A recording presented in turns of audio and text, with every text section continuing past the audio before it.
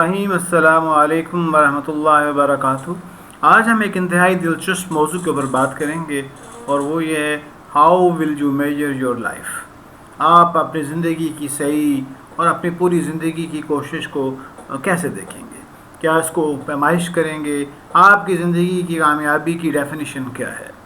تو یہ اس لحاظ سے انتہائی دلچسپ ہے کہ اس موضوع کو بزنس سکولز کے پروفیسرز نے اٹھایا ہے، اور وہ بھی ہارورڈ بزنس اسکول اور اس کے صفحہ اول کے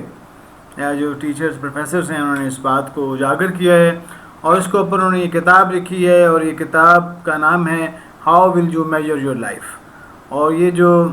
کتاب ہے اس زمانے کی پاورفل ترین بکس میں اس کا شمار کیا جا رہا ہے، اور یہ کہا جا رہا ہے کہ اس کا امپیکٹ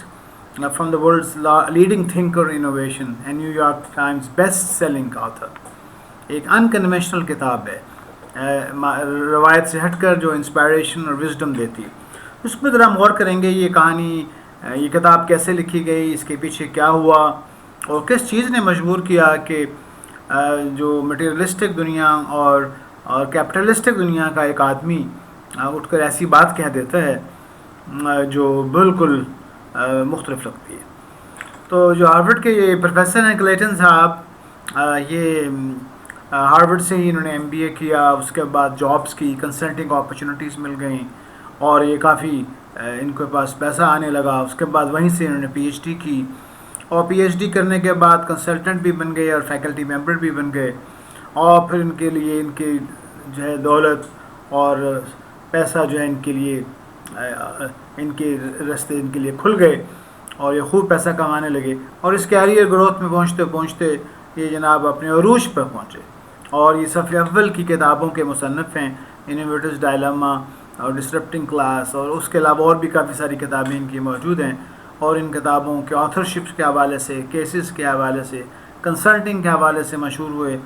بoston کے اندر ان کا اپنا گھر ہے، جو شاندار گھر ان کو ان نے بنایا۔ ان کی فیملی ہے، ان کے 4 بیٹے ہیں، اور چاروں بیٹے ان کے لیے رحمت اور ان کے لیے خوشی کا سامان بنے۔ تو اس ساری خوشیوں کے ہوتے ہوئے ڈگری بھی ہے، اور گھر بھی ہے، اور فیملی بھی ہے، اور کتابیں بھی ہیں، ایک عجیب واقعہ پیش آیا، اور وہ واقعہ یہ پیش آیا کہ ایک دن ان کے سر میں درد ہوا، اور یہ جب ڈاکٹر کے پاس لے گئے تو پتہ چلا کہ ان کے دماغ میں ایک برین ٹیومر ہے، اور یہ چند مہینوں کے اندر یہ ٹیومر پھیلتے پھیلتے دماغ کے اس حصے کو ٹچ کرے گا، جس کے نتیجے میں یہ انتقال کر جائیں گے، اور ان کی زندگی ختم ہو جائے گی۔ تو یہ جو ایک پینفل خبر تھی، یہ ان کے لیے دھماکہ بن کے سامنے آئی، اور کیونکہ اس وقت یہ زندگی کی ساری رعنائیاں انجوائے کرنے کی پوزیشن میں تھے، اب جب انجوائے کرنے کا وقت آیا تو زندگی کے جانے کا وقت آ چکا تھا۔ تو یہاں پر ایک عجیب واقعہ پیش آیا کہ خدا تعالیٰ نے ان کو یہ توفیق دی کہ ان کا دھیان اللہ تعالیٰ کی طرف چلا گیا، اور یہ جو بیماری بڑھتی چلی گئی، ان کا جسم پیرالائز ہوتا چلا گیا، اور ان کے جسم کے اعضاء مزمحل ہوتے چلے گئے، اور وہ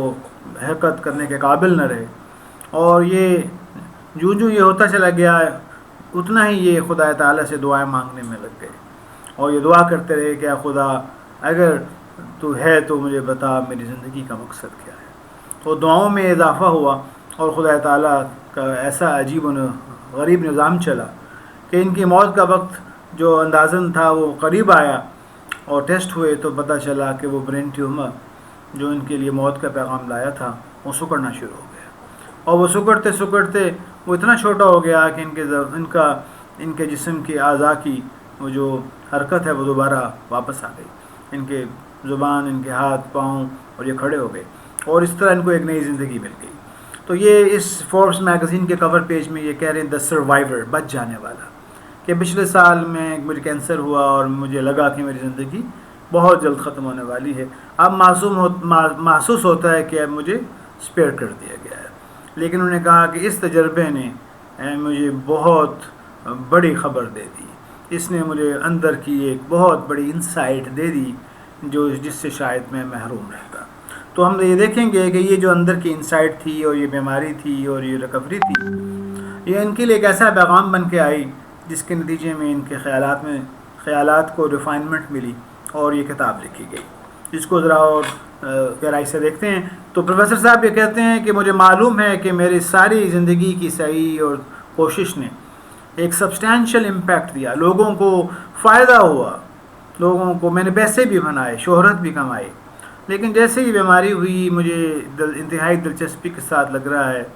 معلوم ہوا کہ ساری تگ و دو اور سعی جو تھی وہ کتنی غیر اہم تھی اور کتنی غیر اہم تھی، اور وہ میرے لیے ذاتی طور پر اس کا کتنا چھوٹا امپیکٹ تھا۔ اور اس نے کہا کہ میرا اس ساری زندگی کا حاصل یہ ہے، اس تجربے کا، کہ وہ پیمانہ جس سے خدا تعالیٰ میری زندگی کو میجر کرے گا کہ یہ کتنا کامیاب ہوا، وہ ڈالرز نہیں ہے۔ میری کامیابی کا معیار ڈالرز نہیں ہے اور پوزیشن نہیں ہے اور میرے پیپرز نہیں ہیں، میری کتابیں نہیں ہیں، بلکہ کچھ اور ہے۔ اور بھی اس میں اس سفر کی جستجو میں لگے رہے، اور پھر اس کتاب میں یہ وہ جو نے لکھی ہے جس میں یہ بتائیں گے کہ جناب میری زندگی کا حاصل تو یہ ہے کہ the individual people whose lives I have touched، میری وجہ سے لوگوں کو کیا فائدہ ہوا، کتنا فائدہ ہوا۔ تو یہاں سے اس بیماری نے ان کو ریفلیکشن پہ آمادہ کیا اور غور و فکر اور تدبر میں چلے گئے، اور پھر انہوں نے نوٹ کیا کہ ان کے جتنے بھی ہر سال ری یونینز ہوتی ہیں ہر بیچز کی، تو یہاں پر جو گریجویٹس ان کے پاس ان کے کلاس فیلوز جب آتے ہیں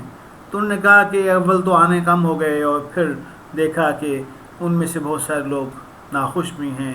ان کے اندر طلاقوں کی شرح بھی بڑھ گئی، ان کے بچے بھی ان سے نالاں ہیں اور بات کرنے پر آبادہ نہیں۔ تو انہوں نے کہا کہ میں نے یہ دیکھنا شروع کیا کہ دنیاوی ترقی اور کامیابی کا زینہ جو انسان چڑھتا ہے وہ جوں یہ چیزوں میں کمی آتی چلی جاتی ہے۔ تو کہتے ہیں کہ میں آپ کو گارنٹی دے سکتا ہوں کہ ان میں سے کسی نے بھی کوئی ایسی اسٹریٹجی نہیں بنائی تھی کہ وہ ایسا کریں گے، لیکن ایسا ہو گیا۔ ایک shocking number of them implemented this strategy. ان کا وجہ کیا ہوئی؟ تو کہتے ہیں کہ مجھے تو یہی معلوم ہوتا ہے کہ زندگی کا مقصد ان کے ہاتھوں سے نکل گیا، اور جناب انہوں نے اپنا وقت جو ہے ان چیزوں پر اور صلاحیتوں پر اور انرجی ان چیزوں پر نہیں لگائی جو ان سے مطلوب تھی۔ تو یہاں سے ان کی فکر اور تدبر کا آغاز ہوتا ہے، اور پھر یہاں پر یہ شورائے آفاق کتاب وجود میں آتی ہے جس کے اندر وہ یارڈ سٹک اس پیمانے کو ڈیفائن کرتے ہیں جو میجر کرتا ہے۔ وہ کہتے ہیں کہ یہ جو یارڈ سٹک ہے، جو فیتہ ہے، جو میجرمنٹ کی ٹیپ ہے، the metric by which God will assess my life is not dollars۔ Dollars نہیں ہیں، بلکہ وہ افراد ہیں جن کی وجہ سے، جن کو میرے ذریعے سے خدمت، خیر الناس من ينفع الناس، یعنی ہمارے پیارے نبی نے بہت پہلے فرمایا۔ اور انہوں نے کہا کہ do not worry about the level of individual prominence، اپنی انفرادی کامیابیوں کے بارے میں فکر مند مت ہو، اپنی نمایاں ہونے کو worry about the individuals، ان افراد کے بارے میں فکر کرو جن کو اچھا انسان بنانا چاہتے ہو، ان افراد، worry about the individuals who have helped become better people۔ تو لوگوں کو کنٹریبیوٹ کرنا، خدمت کرنا، ان کو اچھا انسان بنانا، یہ ہے وہ کامیابی کی یارڈ سٹک جو میجر کی جائے گی۔ تو یہاں پر ہم یہ پارٹ 1 اس کو کنکلوڈ کرتے ہیں، اور پارٹ 2 میں اس کو ڈیٹیل سے دیکھیں گے کہ انہوں نے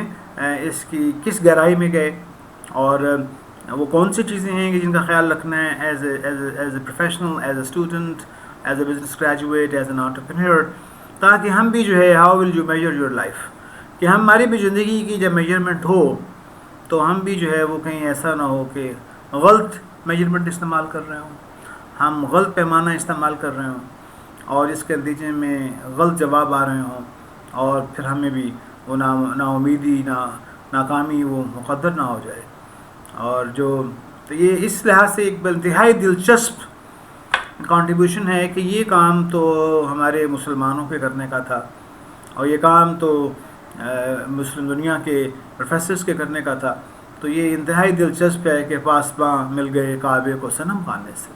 یہ وہ جو میسج ہے، جو ابراہیمی میسج ہے، ان ھذا لفی الصحف الاولی صحف ابراہیم و موسیٰ، یہ کلیٹن صاحب نے تو ابھی کہاں کہا، یہ تو ابراہیم علیہ السلام اور جب سے انسانیت وجود میں آئی، اس کائنات کے خالق نے یہی تو کہا ہے۔ تو حضرت محمد صلی اللہ علیہ وسلم اس میسج کو بہت شاندار طریقے سے ریوائیو کیا ہے اور بتایا ہے۔ تو ہم اللہ تعالیٰ سے دعا کرتے ہیں کہ جناب ہمارے پاکستان کے ہر بچہ اور بچی اور نوجوان اپنی یارڈ اسٹک کو، رائٹ یارڈ اسٹک کو پہچانیں اور خدمت اور محبت اور خدا تعالیٰ کو رضا کے جذبے کے تحت اس کام میں لگ جائیں. Thank you very much.